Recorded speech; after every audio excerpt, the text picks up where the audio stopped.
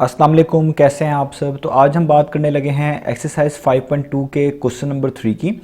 मेरे पास ये class 9th mathematics की बुक है साइंस ग्रुप की, और हम इसका चैप्टर नंबर 5 कर रहे हैं जिसका नाम है फैक्टराइजेशन। तो इससे पहले मैं एक्सरसाइज 5.1 का कंप्लीट सोल्यूशन अपने चैनल पर अपलोड कर चुका हूँ, और इसी एक्सरसाइज यानी 5.2 का क्वेश्चन नंबर 1, क्वेश्चन नंबर 2 और क्वेश्चन नंबर 3 के फर्स्ट 3 पार्ट भी अवेलेबल हैं। तो अगर आप इनके बाकी सोल्यूशन में जो अभी तक मैंने अपलोड किए हैं इंटरेस्टेड हो, तो मैंने लिंक डिस्क्रिप्शन में दे दिया है, वो आप लिंक फॉलो कर सकते हैं। वो आपको इसके चैनल की इस चैनल पे जो प्लेलिस्ट मौजूद है इस चैप्टर के नेम से, वहाँ तक ले जाएगा। वहाँ पे आपको इसका सारा सोल्यूशन जो अभी तक मैंने अपलोड किया है इस चैप्टर से रिलेटेड वो भी मिल जाएगा, और इन फ्यूचर जो अभी तक मिसिंग है कंटेंट वो भी आपको चैप्टर नंबर 5 से रिलेटेड इसी प्लेलिस्ट में मिलेगा। तो हम इससे पहले क्वेश्चन नंबर 3 के फर्स्ट 3 पार्ट्स जो हैं वो कर चुके हैं। आज हमने जो है इसके नेक्स्ट जो है 3 पार्ट्स करने हैं। तो आइए स्टार्ट करते हैं। तो क्वेश्चन नंबर 3 में आपके पास जो स्टेटमेंट है वो सेम है, आप देख सकते हैं। हमने यहाँ पे फैक्टराइज करके ही दिखाना है इन सब पार्ट्स में, जितनी भी एक्सरसाइज ये गिवन है इसमें सब में हमने हर जगह फैक्टराइज ही करना है। तो आज हम क्वेश्चन नंबर जो है 3 का पार्ट नंबर 4 करने जा रहे हैं, जो कि है 5x² - 16x - 21। तो मैंने यहाँ पे क्वेश्चन नंबर 3 का जो पार्ट नंबर 4 है यहाँ पे लिख दिया है। तो लास्ट 3 पार्ट से मैंने आपको बताया था कि इसको फैक्टराइज जो हम कर रहे हैं, जो मेथड हम यहाँ पे यूज़ कर रहे हैं उसका नाम है मिड टर्म ब्रेक मेथड, या आप कह लें इसको कभी कभार मिड टर्म स्प्लिटिंग मेथड भी बोलते हैं। हम उसकी मदद से इन सारी एक्सप्रेशंस को यहाँ पे फैक्टराइज कर रहे हैं। इसके अलावा मैंने आपको कैलकुलेटर का ट्रिक भी बताया था, जिसकी मदद से हमें पता चल सकता है कि इसकी मिड टर्म ब्रेक किस तरीके से होनी है और इसके क्या फैक्टर्स बनने हैं, या इन शॉर्ट आप कह लें इसका सोल्यूशन क्या आता है।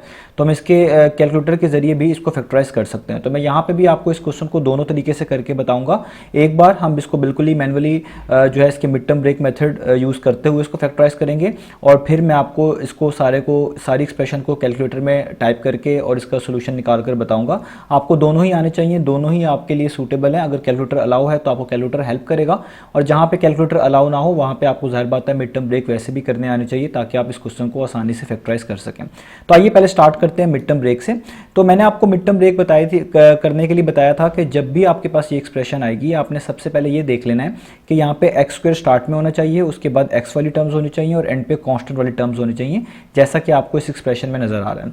उसके बाद जब भी आपने जो पहला स्टेप स्टार्ट करना है वो इस तरह करना है कि x² के साथ जो भी कोफिशिएंट लिखा होगा, यानी x² के साथ जो भी लिखा होगा, यहाँ पे 5 लिखा हुआ है, उसको लास्ट वाली वैल्यू यानी कांस्टेंट वैल्यू से मल्टीप्लाई करवाना है। तो 5 को जब आप 21 से मल्टीप्लाई करेंगे, इसका साइन भी यूज करना है, यानी 5 को आपने -21 से मल्टीप्लाई करवाना है। तो मैं यहाँ पे करवा देता हूँ 5 × -21, तो आपके पास ये आ जाएगा 105, और जो ये आपके पास माइनस है यहाँ पे ये 7 आएगा, क्योंकि प्लस माइनस माइनस होता है। तो 5 को जब आप -21 से मल्टीप्लाई करवाएंगे तो आपके पास आएगा -105। तो ये जो नंबर आपके पास आया करेगा, आपने इस नंबर के लिहाज से स्टार्ट करनी है चीज़ों को। आपको दो बेसिकली ऐसे नंबर्स चाहिए होंगे जिनको जब आप मल्टीप्लाई करें तो आपको ये वाला ही नंबर यानी 105 मिले, और उन्हीं दो नंबर्स को अगर आप ऐड या आप कह लें सब्ट्रैक्ट करें तो आपको मिडिल टर्म मिले। अब यहाँ पे मिडिल टर्म जो वो होती है जो x के साथ लिखी होती है, यानी x के साथ लिखी हुई है -16, ये आपकी मिडिल टर्म यहाँ पे हम यूज़ करेंगे। अब -16x भी बोल सकते हैं, लेकिन वेरिएबल हम सबके साथ खुद से ही लगा देते हैं, इसलिए मैं जस्ट यहाँ पे -16 बोल देता हूँ। तो ये आपको चाहिए, यानी आपको ऐसे दो नंबर्स चाहिए जो आपकी ये पहली कंडीशन भी पूरी करे, यानी वो दोनों मल्टीप्लाई होकर आपको -105 भी दें, और उन्हीं दोनों नंबर्स को अगर आप ऐड या सब्ट्रैक्ट करें तो आपको मिडिल टर्म भी मिलनी चाहिए -16। ये दोनों एक ही वक्त में ये कंडीशंस पूरी होंगी तो आपको आप कह सकते हैं कि आपने इसकी फैक्टराइजेशन सही की है। अदरवाइज अगर एक कंडीशन पूरी हो रही है, एक कंडीशन नहीं पूरी हो रही, तो हम वो वाले फैक्टर्स यहाँ पे यूज़ नहीं कर सकते हैं। तो अब वो कौन से नंबर्स हैं जिनको मल्टीप्लाई करने से -105 भी आता है, और उन दो नंबर्स को प्लस या माइनस करने से आपको मिडिल टर्म -16 भी मिलती है। तो यहाँ पे आप कह लें एक तरह का इत्तफाक ही है, और ये कुछ क्वेश्चंस में इस तरह की से हो सकता है आपके पास आपको फैक्टर्स यहीं से मिल जाए, बस वरना ज़रूरी नहीं है। कि आप देखें जो 5 और 21 आपने ऊपर लिखा हुआ है, जिसको मल्टीप्लाई करके 105 आ रहा है, यही इसकी बेस्ट चॉइस बनती है। कैसे आप इसको अगर देखें, मैं इसको यहाँ पे करके दिखाता हूँ। अगर आप -21 को 5 पे मल्टीप्लाई करें तो आपको पता है -21 × 5 ऊपर भी लिखा हुआ है वो 105 ही आता है। और अगर आप इन्हीं दो नंबर को जस्ट ऐड कर दें, आप इसको ऐड कर दें, यानी -21 में आप प्लस कर दें 5, तो आपको पता है प्लस माइनस माइनस होता है। 21 में से 5 माइनस करेंगे आपको 16 मिलेगा, और साइन बड़ी वैल्यू का आएगा, तो 21 के पीछे माइनस का साइन है तो यहाँ पे आएगा -16। इसका मतलब यही दो नंबर्स जो हैं ये दोनों कंडीशन सेटिस्फाई कर रहे हैं, यानी पहला नंबर है -21 और दूसरा नंबर है 5, और ये दोनों ऐड होके -16 दे रहे हैं, तो इसलिए मैं यहाँ पे माइनस को रिमूव कर दिया है और यहाँ पे लिखूंगा -21 + 5। तो ये ज़रूरी नहीं है कि हर केस में ऐसा हो, लेकिन हाँ कुछ क्वेश्चन ऐसे होते हैं जिसमें ये वाला ही फैक्टर आपके काम आ जाता है और ये वाली ही चीज़ दोनों जो है आपके पास कंडीशंस को फुलफिल करवा देती है। तो अब जैसे इसको लिखना है उसका तरीका आपको पता है, हम इसको लिखना शुरू करेंगे यहाँ से, यानी 5x²। उसके बाद यहाँ से ये लिखेंगे ये पहला वाला नंबर यानी -21 और इसके साथ वही वाला वेरिएबल लगाएंगे जो यहाँ मिड टर्म के साथ आएगा यानी x, आगे आएगा +5 जो कि लिखा हुआ है वहाँ पे +5, इसके साथ भी वही वाला वेरिएबल लगाएंगे जो मिड टर्म के साथ है यानी x, और एंड पे लिख देंगे -21 वैसे का वैसे ही। अब आपको पता है हम इनको पेयर वाइज इनमें से कॉमन लेते हैं, यानी ये 5x² -21 x में से सबसे पहले हमने कॉमन लेना है। तो 5 और 21 तो किसी भी नंबर पर डिवाइड नहीं होते, यानी किसी एक नंबर पर दोनों ये डिवाइड नहीं होते, तो इसमें तो कुछ कॉमन नहीं आएगा। x² और x में से x कॉमन ज़रूर आएगा। और आपको पता है कि जब ये अल्फ़ाबेट्स आते हैं या आप कह लें वेरिएबल्स आते हैं, इनमें जो छोटी पार होती है जिसकी, उसको हम बाहर कॉमन लिखते हैं। तो x² और x⁴ में से x⁴ बाहर कॉमन आ चुका है। आगे हम ब्रैकेट्स लगाएंगे, 5 तो वैसे ही आएगा क्योंकि ये कॉमन नहीं आया, x² में से x बाहर पहले ही मौजूद है तो आप यहाँ पे सिर्फ एक x लिखेंगे, यानी 2 थे, एक बाहर मौजूद है तो अंदर 1 बचेगा, -21 लिखेंगे, ये एक ही x है बाहर मौजूद है तो ठीक है, कुछ भी नहीं साथ आएगा और ब्रैकेट कर देंगे क्लोज। ये आपको मैंने बता भी चुका हूँ, जो चीज़ आप कॉमन ले रहे होते हैं इसको पहली वाली टर्म से भी दूसरी वाली टर्म से भी डिवाइड करवा दें, जो आंसर आते हैं वही ब्रैकेट के इनसाइड आप देख रहे होंगे कि वही हम लिखते हैं। आगे प्लस का साइन, 5x और 21 में से कुछ भी कॉमन नहीं है, जिसमें से कुछ भी कॉमन ना हो उसमें से सिर्फ 1 कॉमन लेते हैं तो 1 लिखेंगे, फिर ब्रैकेट लगाएंगे, आगे हम लिखेंगे 5x -21, यानी जब 1 कॉमन आता है तो जो चीज़ बाकी लिखी होती है आगे वही ब्रैकेट्स के अंदर वैसे ही आ जाती है। अगर बाहर माइनस होता तो यहाँ पे साइन ज़रूर चेंज होता, तो क्योंकि बाहर प्लस है तो कोई साइन भी चेंज नहीं होगा। अब आपको पता है नेक्स्ट स्टेप क्या होगा हमारे पास, कि जो चीज़ 2 मरतबा आ रही होती है वो कॉमन आ जाती है, यानी इसको एक दफ़ा लिख लेते हैं बाहर, यानी 5x -21 यहाँ पे भी है यहाँ पे भी है, तो इसको आप एक दफ़ा लिख लेंगे इस तरीके से 5x -21 और ब्रैकेट्स लगा देंगे इसके ऊपर, और इसके अलावा जो चीज़ बच जाती है उसको भी ब्रैकेट्स में लिख देते हैं, यानी x और +1, तो आप यहाँ पे लिखेंगे x +1 और इस पर भी आप लगा देंगे ब्रैकेट्स। तो ये हो गई है इनकी फैक्टराइजेशन। तो आप देखें ये आपकी अपनी चॉइस होती है कि आप पहले 5x -21 को लिख दें या x +1 को लिख दें, या आप कह लें जिस तरह ये लिखा हुआ है x +1 पहले लिखा हुआ है, 5x -21 बाद में लिखा है, इस तरह लिख लें, दोनों के मीनिंग सेम होते हैं, इसमें आप कंफ्यूज ना होइएगा। तो ये हो गया इसका पार्ट नंबर 4। अब हम करते हैं इसका पार्ट नंबर 5। तो यहाँ पर मैं इसका पार्ट नंबर 5 मैंशन कर देता हूँ। तो पार्ट नंबर 5 है 4x² -17xy + 4y²।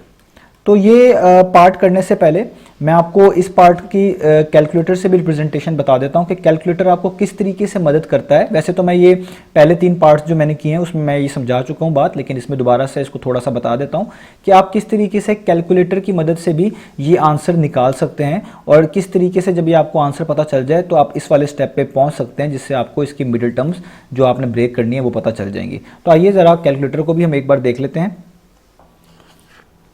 तो देखें ये आपको सामने कैलकुलेटर नज़र आ रहा है। आपने इसमें सबसे पहले क्या करना है, आपने सबसे पहले मोड का बटन प्रेस करना है यहाँ पे, तो इस तरीके से आपके पास चीज़ें लिखी हुई आ जाएंगी। इसमें आपने ये 5 नंबर पे लिखा हुआ है EQN यानी इक्वेजन, आपने 5 को प्रेस कर देना है, और यहाँ पे आपने 3rd नंबर पे जाना है जहाँ पे एक क्वाड्रेटिक इक्वेजन की स्टैंडर्ड फॉर्म लिखी हुई है ax² + bx + c = 0, यानी आपने 3 प्रेस कर देना है। तो उस तरह आपके पास ये कॉलम्स आ जाएंगे। अब आपने यहाँ पे करना क्या है कि जो भी आपके पास एक्सप्रेशन लिखी होगी उसके कोफिशिएंट्स यहाँ पे पुट करने हैं। सबसे पहले x² के साथ क्या लिखा हुआ है 5, तो आप a के अंदर पुट करेंगे 5 और = का बटन प्रेस कर देंगे। उसके बाद आप b में देखें, b में क्या लिखा हुआ है, b के अंदर आपने लिखना है x के साथ वाला कोफिशिएंट, यानी x का कोफिशिएंट, तो x के साथ लिखा हुआ है -16, साइन का लाजमी ख्याल रखना है, तो मैं यहाँ पे -16 ही मेंशन करूंगा, -16, और मैं फिर = का बटन प्रेस कर दूंगा।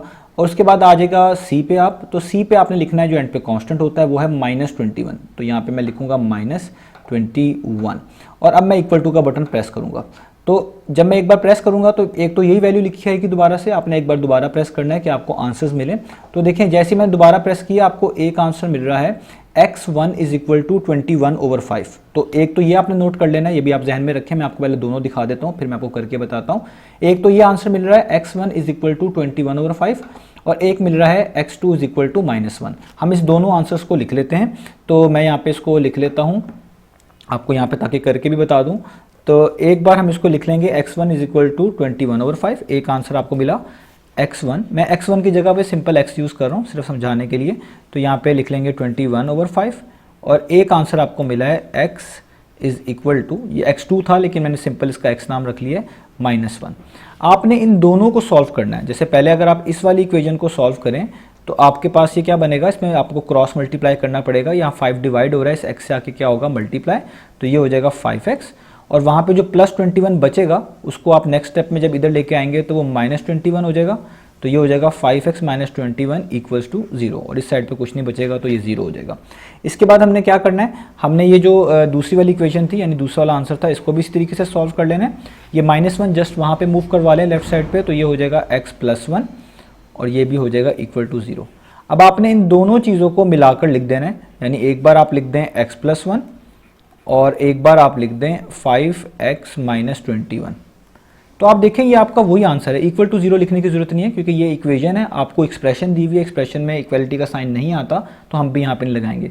तो आप देखें आपका यही तो आंसर है ऊपर जो हमने निकाला था, x+1 और 5x - 21, ये आप देख सकते हैं। तो इस तरीके से आपको कैलकुलेटर हेल्प करता है आंसर बताने में। अब अगला स्टेप बहुत सेम है, अगर आप इसकी मिड टर्म ब्रेक या इसके पहले स्टेप पे जाना चाहते हैं तो जस्ट इन दोनों चीज़ों को आपस में मल्टीप्लाई करवाएं, यानी x को 5x से भी करवाएं, x को -21 से भी करवाएं, फिर +1 को 5x से करवाएं, +1 को -21 से भी करवाएं, तो आप ऑटोमेटिकली इसके इस वाले स्टेप पे, यानी ये वाला जो स्टेप है इस पे आ जाएंगे और आप इसको इसी को देखते हुए कॉमन लेके इसका आखिरी स्टेप भी खुद से कर सकते हैं। तो कैलकुलेटर आपको इस तरीके से मदद करता है चीज़ों को फैक्टराइज करके दिखाने में। तो मैंने आपको इसका ये बता दिया, इसके अलावा मैंने ये फर्स्ट 3 पार्ट में भी डिस्कस किया है, तो मुझे उम्मीद है कि आपको ये भी हेल्प करेगा। अब हम आ जाते हैं इसके क्वेश्चन पर वापस, यानी इसका पार्ट नंबर 5 पे वापस। तो यहाँ पे हमने इसको दोबारा से मिड टर्म ब्रेक से ही करना है। तो अब यहाँ पे पार्ट नंबर 5 है। अब इसमें भी आपने वही करना है कि जो x² के साथ यहाँ पे कोफिशिएंट लिखा हुआ है उसको लास्ट वाले नंबर से मल्टीप्लाई करना है कांस्टेंट से। अब यहाँ पे कांस्टेंट नहीं आ रहा, ये थोड़ी सी एक्सप्रेशन जो है डिफरेंट फॉर्म में है, यहाँ पे लास्ट वाले के साथ भी वेरिएबल लिखा हुआ है। तो ऐसे केस में भी आपने परेशान नहीं होना, आपने इसको इसी तरीके से करते रहना है जिस तरीके से मैंने आपको बताया अभी, तो ये उसी तरीके से सॉर्ट आउट हो जाएगा। तो आपके पास यहाँ पे जो लिखा हुआ है x² के साथ 4, इसको आप 4 से मल्टीप्लाई कराएंगे यानी लास्ट वाले नंबर से, तो ये 4 टाइम्स हो जाएगा 16। आप इसको लिखेंगे 4 टाइम्स, तो ये आ जाएगा 16। आपने इस y² को थोड़ी देर के लिए इग्नोर कर देना है, समझिए कि जैसे ये लिखा हुआ नहीं हुआ, जस्ट 4 लिखा हुआ है, इसको हम एंड पे मैनेज कर लेंगे।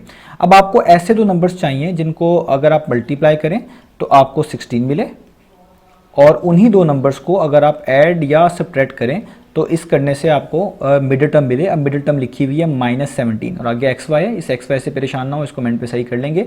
तो यहाँ पे मिडिल टर्म लिखी हुई है -17, यानी आपको -17 मिले। अब आपने ऐसे दो नंबर्स ढूंढने हैं जो मल्टीप्लाई करके 16 देते हैं और प्लस या माइनस करने से आपको -17 यानी मिडिल टर्म देते हैं। तो ये बहुत आसान है क्योंकि आपको 17 बनाना है और 16 मल्टीप्लाई करके बनाना है। तो ये जो नंबर बन सकता है वो बन सकता है ये वाला, यानी 16 1 टाइम्स। आप देखें 16 1 टाइम्स क्या होता है, वो 16 भी होता है, और 16 में 1 प्लस करें तो 17 भी आ जाता है। अब प्रॉब्लम बस ये बनती है कि हमें जो प्लस करने के बाद या माइनस करने के बाद जो नंबर बनाना है वो -17 है, वो +17 नहीं है। जबकि अभी आप देखें अगर 16 में 1 प्लस करूँ तो +17 आएगा, -17 नहीं आएगा। तो जब भी साइन का प्रॉब्लम बन रहा हो, बाकी सारी चीज़ें ठीक हों, तो मैंने आपको तरीका बताया हुआ है कि आप देखें आपके मिड टर्म ब्रेक के पीछे कौन सा साइन लिखा हुआ है। तो मिड टर्म ब्रेक के पीछे लिखा हुआ माइनस का साइन। तो इन दोनों नंबर में से जो सबसे बड़ा नंबर है, यानी 16 और 1 में से सबसे बड़ा नंबर है, उसके पीछे ये वाला साइन फिक्स कर दें जो मिड टर्म के पीछे है। तो यहाँ पे 16 के पीछे मैं फिक्स कर देता हूँ माइनस का साइन। तो जब मैंने 16 के पीछे माइनस का साइन फिक्स कर दिया, अब आप देखें क्या अब आपको इस चीज़ करने से फ़ायदा हो रहा है या नहीं हो रहा। तो आप देखें -16 को जब 1 से मल्टीप्लाई करेंगे तो प्लस माइनस माइनस हो जाएगा, तो यहाँ पे -16 बन जाएगा। इससे एक और प्रॉब्लम आ गई कि पहले तो चलो 16 आ रहा था, अब ये माइनस करने से यहाँ पे माइनस भी आ गया, जो कि हमें नहीं चाहिए क्योंकि हमें जस्ट दो चीज़ों को मल्टीप्लाई करके 16 बनाना है। तो अब इस माइनस को रिमूव किस तरीके से करें, उसके लिए फिर ये होता है कि जो दूसरा नंबर होता है इसके भी साइन बदल कर देखें। अगर ये प्लस है इसको माइनस करके देख लें, अगर माइनस है तो इसको प्लस करके देख लें। अब ये प्लस है, मैं इसको कर देता हूँ माइनस, तो इससे क्या फ़र्क पड़ता है कि -16 को -1 से करें तो माइनस माइनस प्लस हो जाएगा, तो यहाँ पे आ जाएगा +16। यानी ये पहली वाली कंडीशन तो एक तरह की सही होगी, हमें 16 तो मिल रहा है। अब बस ये देख लेना है क्या इन दोनों नंबर को ऐड या सब्ट्रैक्ट करने से आपको -17 यानी मिड टर्म मिलती है नहीं या नहीं मिलती। तो आप देखिए अगर मैं इन दोनों नंबर को लिखूँ यानी -16 में लिख दूँ, प्लस कर दूँ ये वाला नंबर यानी -1, तो इसका अगला स्टेप ये होगा कि ये हो जाएगा -16 प्लस माइनस माइनस, यहाँ पे 1 आ जाएगा, और ये माइनस माइनस प्लस होता है, 16 में 1 ऐड करना पड़ेगा तो ये 17 आएगा, और साइन बड़ी वैल्यू का तो देखें -17 भी मिल रहा है। इसका मतलब वो जो दो नंबर हमें चाहिए थे वो हमें मिल गए हैं। उसमें से एक नंबर हमारा है -16 और दूसरा नंबर है -1। यहाँ पे भी लिखूंगा -16, और यहाँ पे जो मैं साइन यूज़ कर रहा हूँ ये वाला दोनों मिटाकर वो ये वाला यूज़ कर रहा हूँ डायरेक्टली, ये वाला ही आपने भी यूज़ करना है ताकि कन्फ्यूजन ना हो, जो सॉल्व करने के बाद आया हुआ है यानी माइनस और आगे लिखा हुआ है 1, यही चीज़ एग्जैक्टली आपने यहाँ पे लिख देनी है। तो आपको काम आसान हो गया है, आपको मिड टर्म ब्रेक इसकी मिल गई है, यानी 17 को ब्रेक करने वाले दो नंबर्स जो हैं वो आपको मिल गए हैं। अब आपने जिसको कोट करना है आप लिखेंगे 4x² और यहाँ से आप लिखना शुरू कर दें क्वेश्चन नंबर 2 से, यानी पॉइंट नंबर 2 से जो यहाँ पे लिखा हुआ है, यानी -16। अब वेरिएबल वही यूज़ करना है जो यहाँ पे मिड टर्म के साथ आ रहा है, यानी xy। आगे फिर दोबारा यहाँ पे लिखें -1 और फिर दोबारा जो मिड टर्म के साथ वेरिएबल्स आ रहे हैं वही यहाँ पे यूज़ करने पड़ेंगे, चाहे एक आए चाहे दो आए। तो यहाँ पे xy है तो xy लिखेंगे और आगे आप लिख दें 4y² जो एंड वाली टर्म थी। तो आप यहाँ से नोट डाउन कर लिया करें, या ये पहले स्टेप में जो -16 है और -1 है इधर से नोट डाउन कर लिया करें। बात यही है, मैंने आपको ये बता दिया कि आपने ये वाला स्टेप ध्यान रखना है, हमने यही चीज़ यहाँ पे पॉइंट नंबर 2 के अंदर लिखी होती है। अब आप देखें 4x² और -16xy में क्या कॉमन है, 4 और 16 दोनों को डिवाइड करने वाला सबसे बड़ा नंबर अवेलेबल है वो है 4। x² और x में से जो चीज़ कॉमन है वो आपको बता चुका हूँ वो है x, तो ब्रैकेट्स। अब 4x² में से 4 तो बाहर कॉमन आ चुका है तो यहाँ पे 4 तो लिखने की ज़रूरत नहीं है। x² में से एक x बाहर कॉमन आ चुका है तो एक x ज़रूर बचा होगा, तो उसको आप यहाँ पे कॉमन के तौर पे लिखेंगे, माइनस लिखें। 4 टाइम्स 16 होता है तो यहाँ पे आप 4 लिखें, x बाहर कॉमन आ चुका है तो साथ y बचेगा तो यहाँ पे आप लिखें y और ब्रैकेट को कर दें क्लोज। माइनस का साइन, इधर xy प्लस 4y² में y ही कॉमन है तो छोटी पावर y की 1 है, यानी y की पावर 1 है वो कॉमन आ गई। आगे आप देखें 1xy 1 को तो लिखें ना लिखें एक ही मतलब होता है, इसको यहाँ पे ज़रूरत नहीं है लिखने की, फिलहाल लिख भी लें तो कोई इशू नहीं है।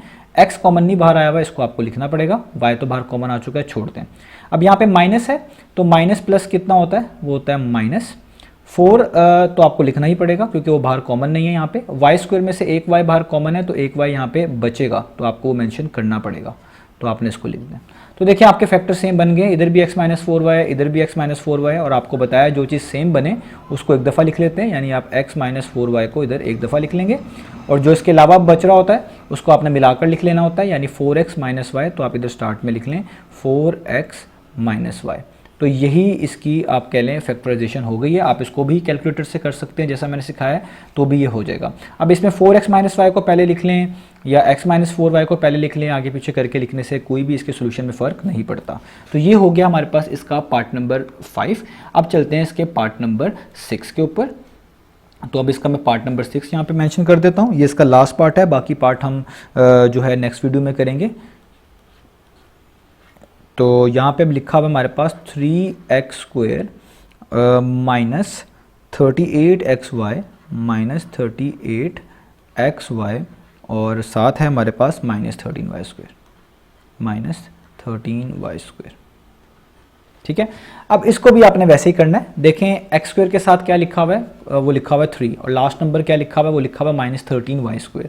तो y² को तो मैंने आपको कहा इग्नोर कर दें, जस्ट नंबर को देखें, यानी -13। तो जब आप 3 को मल्टीप्लाई करवाएंगे -13 से तो आपको पता है इसका आंसर आएगा -39, प्लस माइनस माइनस हो जाएगा, और 3 13 टाइम्स 39 होता है। अब आपको ऐसा नंबर चाहिए जिसको मल्टीप्लाई करने से, यानी ऐसे दो नंबर्स चाहिए जिनको मल्टीप्लाई करने से आपको ये वाला नंबर यानी -39 मिले, और उन्हीं दो नंबर्स को ऐड या सब्ट्रैक्ट करवा लेने से आपको मिडिल टर्म मिले यानी -38 मिले। तो अब हमारे पास ये टास्क है, वो दो नंबर्स हमने यहाँ पे इस तरीके से ढूंढने हैं। तो अब आपको चीज़ें समझ आ गई होंगी। तो यहाँ पे जो पॉसिबल नंबर बन सकते हैं वो यही बन सकते हैं, क्योंकि 38 मिड टर्म बहुत बड़ी है और आपको जो नंबर चाहिए वो उससे जस्ट एक ही आगे, जैसे यहाँ पे 38 है तो यहाँ पे 39 है। तो ऐसे केसेस में आपने इन चीज़ों को भी देखना होता है कि जो पॉसिबल अरेंजमेंट हो सकती है वो 1 टाइम्स ही हो सकती है। यानी अगर मैं आप देखें लिखूँ यहाँ पे कि 38 1 टाइम्स, तो वो कितना होता है, वो होता है 38। मिसाल दे रहा हूँ आपको यहाँ पे। तो अब यहाँ पे सॉरी 39 चाहिए तो हम यहाँ पे कर लेते हैं 39, ताकि हमारी वही चीज़ रहे जो हमें चाहिए। 39 1 टाइम्स कितना होते हैं हमारे पास 39। तो देखिए दो नंबर तो मिल रहे हैं यहाँ पे जो मल्टीप्लाई करके हमें 39 दे रहे हैं। अब जस्ट यहाँ पे साइन का प्रॉब्लम है, वो भी हमें भी सही करना है। और अगर आप 39 में से 1 माइनस करें, क्योंकि प्लस या माइनस करने से मिड टर्म बननी चाहिए, तो 38 भी मिलता है। तो इसका मतलब है जो बस प्रॉब्लम रहती है वो रहती है साइन की, कि साइन अगर यहाँ पे कुछ इसको हम चेंज कर लें और फिर ये दोनों कंडीशंस पूरी हो जाएं तो फिर हमें ये फैक्टर्स मिल चुके हैं, यानी हम इसकी मदद से इसके फैक्टर्स निकाल लेंगे इस एक्सप्रेशन के। तो अब आप देखें, मैं यहाँ पे साइन ही को जस्ट चेंज करूँगा। तो आपको मैंने बताया हुआ मिड टर्म ब्रेक का जो मिड टर्म है उसके पीछे आप देखें क्या साइन है। मिड टर्म है 38, उसके पीछे है माइनस का साइन। तो इन दोनों वैल्यूज़ में से जो सबसे बड़ी वैल्यू है ना उसके पीछे तो वही साइन लगा दें, यानी यहाँ पे लगा दें माइनस। और देखें क्या आपका जो है काम चलता है, यानी पहली कंडीशन सेटिस्फाई होती है या नहीं होती। तो देखें -39 को जब आप 1 से करेंगे तो अब इसका आंसर 39 नहीं आएगा, बल्कि क्या आएगा, -39 आएगा, यानी पहली कंडीशन तो सेटिस्फाई हो रही है। अब बस ये देखना है कि क्या इन दोनों नंबर को ऐड सब्ट्रैक्ट करने से -38 बनता है या नहीं बनता। तो बहुत सिंपल बात है, आप इस नंबर में ये अगला वाला नंबर ऐड करके देखें तो ये हो जाएगा प्लस माइनस माइनस। तो 39 में से 1 जाएंगे तो 38 आएंगे, और साइन बड़ी वैल्यू का आएगा तो देखिए -38 भी आएगा। इसका मतलब दोनों कंडीशन सेटिस्फाई हो रही हैं। पहला नंबर होना चाहिए -39, दूसरा नंबर होना चाहिए 1 यानी +1, और यहाँ पे भी मैं इसको प्रॉपर करके लिख दूंगा, यानी मैं इसको लिखूंगा -39 + 1 करने से -38 भी मिल रहा है। तो इसके फैक्टर्स मिल गए हैं हमारे पास। तो ऐसे केस में जहाँ पे इस तरह के नंबर्स आए, देखिए मल्टीप्लिकेशन में 39 आ रहा है, ऐड स्प्लिट करने से 38 एक कम चाहिए, तो ऐसा केस बन सकता है कि हम उसको 1 टाइम्स ही करें और हमारे जो है ना क्वेश्चन सॉल्व हो जाए। तो अब इसको लिख लेते हैं। हम यहाँ पे लिखेंगे 3x², आगे यहाँ से लिखना शुरू करना है। ये लिखा हुआ -39 -39 वेरिएबल्स यही दो आएंगे जो मिड टर्म के साथ है, यानी xy, आगे आएगा +1 क्योंकि अगला नंबर 1 है, उसके साथ भी यही वेरिएबल्स आएंगे यानी xy, और लास्ट पे लिखेंगे -13y²। अब आपने उनको कॉमन लेना है। पहले 3x² -39xy में से कॉमन लेना है। तो 3 और 39 दोनों को डिवाइड करने वाला सबसे बड़ा नंबर 3 है, तो वो कॉमन आ गया। x² और x में से x कॉमन है, अब आप ये चीज़ें समझ चुके होंगे, ब्रैकेट्स। तो 3 तो कॉमन आ चुका है बाहर, इसको अंदर लिखने की जरूरत नहीं है। x² में से एक x बाहर कॉमन आ गया है, तो एक x यहाँ पे लिखना पड़ेगा। -39xy में से x बाहर कॉमन आ चुका है, तो x तो नहीं लिखेंगे, एक तो y आएगा, यहाँ पे y लिखना पड़ेगा। और 3 के टेबल में 39 कहाँ पे आता है, वो आता है 13 टाइम्स, तो आपको लिखना पड़ेगा 3 13 टाइम्स, और ब्रैकेट कर देंगे क्लोज। आगे चलते हैं, प्लस का साइन, xy और 13y² में से y आपके पास कॉमन आएगा, तो y लिखेंगे, आगे ब्रैकेट्स डालेंगे। 1 आप यहाँ पे लिख लें, ठीक है, ना लिखें तो भी ठीक है, तो जस्ट x लिख रहा हूँ मैं। ये वाला y तो बाहर कॉमन आ चुका है, इसको छोड़ दें, माइनस वैसे ही रहेगा, और 13 बाहर कॉमन नहीं आया तो ये भी वैसे ही रहेगा। और y² में से एक y बाहर कॉमन है, तो यहाँ पे एक y बचेगा, उसको आप लिख दें, तो ये आ गया x - 13y। तो आप देख सकते हैं यहाँ पे कुछ चीज़ें सेम हो गई हैं, यानी x - 13y। तो जो चीज़ सेम हो जाए उसको आपने लिख देना यहाँ पे, एक तरह का इसको हम कॉमन लेना ही कहते हैं, कि x - 13y आपके पास आ जाएगा कॉमन। और इसके अलावा जो बचेगा उसको भी ब्रैकेट्स में लिख दें, यानी 3x और +y जो बाहर लिखा हुआ था इसको भी मिलाकर लिख दें, यानी 3x और +y, और इस पर भी ब्रैकेट्स डाल दें। तो ये हो गई इसकी फैक्टराइजेशन। अब मैं बार बार बता रहा हूँ क्योंकि स्टूडेंट्स से बार बार पूछते हैं, इनको आगे पीछे लिख लेने से कोई भी इशू नहीं है। आप पहले x - 13y लिख लें या पहले 3x + y लिख लें, जैसे यहाँ पे लिखा हुआ है, इससे कोई भी फ़र्क नहीं पड़ता। मल्टीप्लिकेशन में कम्यूटेटिव प्रॉपर्टी होल्ड करती है, तो ये दोनों ही आंसर करेक्ट होंगे, बेशक आप x - 13y पहले लिख लें या 3x + y पहले लिख लें। तो ये था हमारे पास एक्सरसाइज 5.2 का क्वेश्चन नंबर 3। जो इसके बाकी पार्ट्स बचे हैं 2, वो इंशाल्लाह हम करेंगे नेक्स्ट वीडियो में।